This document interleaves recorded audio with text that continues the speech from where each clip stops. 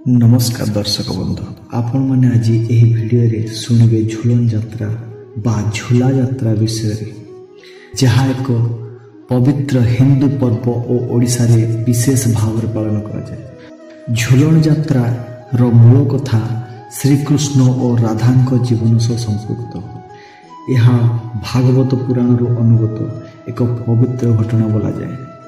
श्रीकृष्ण ब्रजगोपी मान श्रावण मासरे वृंदावन मध्य झूला क्रीड़ा करते। एही क्रीड़ा को अनुसरण करने हिंदू भक्त माने प्रति वर्ष एही झूलन यात्रा पालन करती।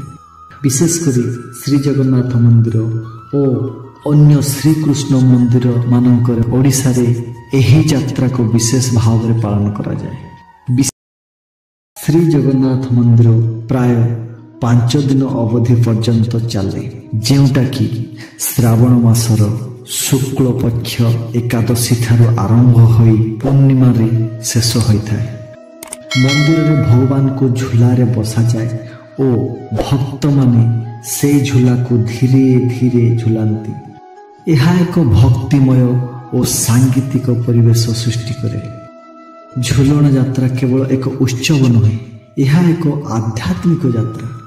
यही उत्सव द्वारा भक्त माने श्रीकृष्ण प्रेम और माधुर्य को अनुभव करिथांती। झूला माने जीवन रो उत्साह गति और भगवान सह बंधनर प्रतीक। आजिर जुगरे जदिओ बहु किछि बदली जाइछि, तथापि एही पर्व आम संस्कृति और भक्ति को जीवंत रखे। एही झूलन यात्रा माने मानव मनर शांति एकता और देवभक्तिर अनुभूति को उजागर करे।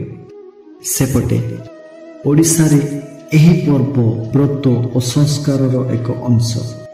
झूलन यात्रा माने श्रीकृष्ण प्रेम गाथार एक जीवंत उपस्थापन। यही वीडियो माध्यम आशा करुच्ची आपण माने झूलन यात्रा विषय एक भल अनुभूति पाइथिबे। धन्यवाद। जय श्री कृष्ण।